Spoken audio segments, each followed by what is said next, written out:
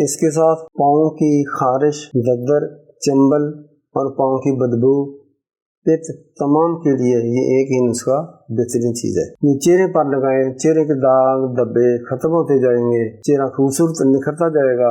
اگر پاؤں سے انگلیوں میں سے بدبو آتی ہے یا کوئی انگلیاں گل جاتی ہے تو ان کے اوپر لگائیں، صبح شام تھوڑا تھوڑا مل لیا کریں تو بدبو ختم ہو جائے گی۔ پاؤں کی انگلیاں جب گلی بھی ہوں گی ان میں بعض دفعہ فنگس پیدا ہو جاتی ہے، وہ ٹھیک ہو جاتی ہے۔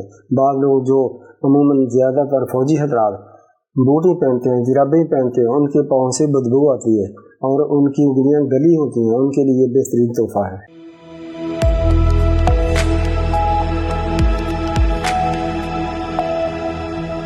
السلام علیکم۔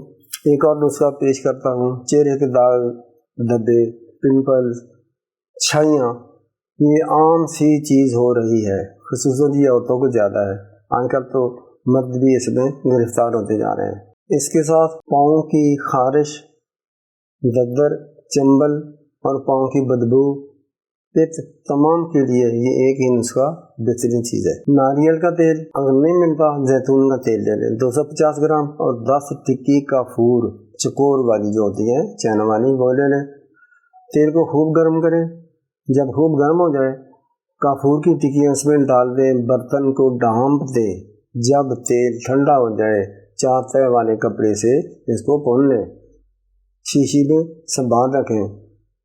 یہ چہرے پر لگائیں، چہرے کے داغ دھبے ختم ہوتے جائیں گے، چہرہ خوبصورت نکھرتا جائے گا۔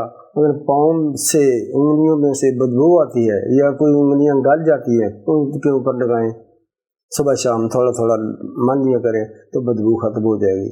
پاؤں کی انگلیاں جب گلی بھی ہوں گی ان میں بعض دفعہ فنگس پیدا ہو جاتی ہے، وہ ٹھیک ہو جاتی ہے۔ بعض لوگ جو عموماً زیادہ تر فوجی حضرات بوٹی پہنتے ہیں، جرابیں پہنتے ہیں، ان کے پاؤں سے بدبو آتی ہے اور ان کی انگلیاں گلی ہوتی ہیں، ان کے لیے بہترین تحفہ ہے۔